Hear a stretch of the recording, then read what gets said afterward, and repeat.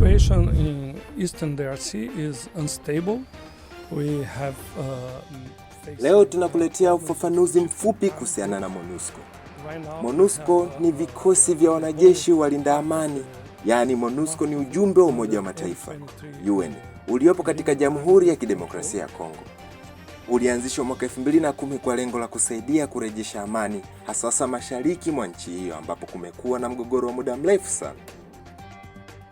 Jukumu lake kubwa ni kulinda raia dhidi ya mashambulizi ya makundi ya waasi. Tofauti na jumbe nyingine za UN, MONUSCO inaruhusiwa pia kupambana moja kwa moja na waasi kupitia kikosi maalum kinachoitwa Force Intervention Brigade.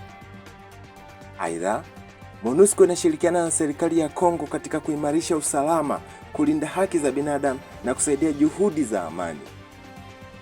Hata hivyo, kumekuwa na maoni tofauti kuhusu ufanisi wake, na kwa sasa ujumbe huu unaondoka hatua kwa hatua. Hili ni ombi la serikali ya Kongo.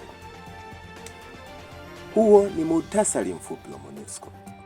Sasa tuangalie uamuzi uliofanywa na Baraza la Usalama la Umoja wa Mataifa hapo juzi tarehe 19 Disemba 2025. Baraza la Usalama la Umoja wa Mataifa, yani UN Security Council, tarehe 19 Disemba 2025 limeamua kuongeza muda wa ujumbe wa MONUSCO nchini Jamhuri ya Demokrasia ya Kongo kwa mwaka mmoja zaidi hadi Disemba 2026.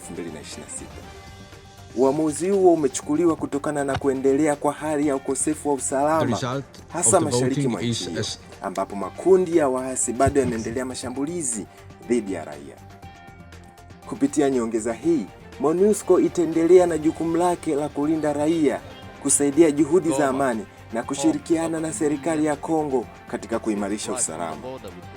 Hata hivyo, UN imesisitiza kuwa MONUSCO itaondoka hatua kwa hatua kadri serikali ya Kongo itakavyoimarisha uwezo wake wa kusimamia usalama nchini humo. Huo ndio uamuzi wa UN kuhusiana na kuongezwa kwa muda wa MONUSCO. Karibu katika Swahili Daily, kitengo cha mambo ya Afrika, hususan ukanda wetu wa Afrika Mashariki. Utakuwa nami mtangazaji wako Francis.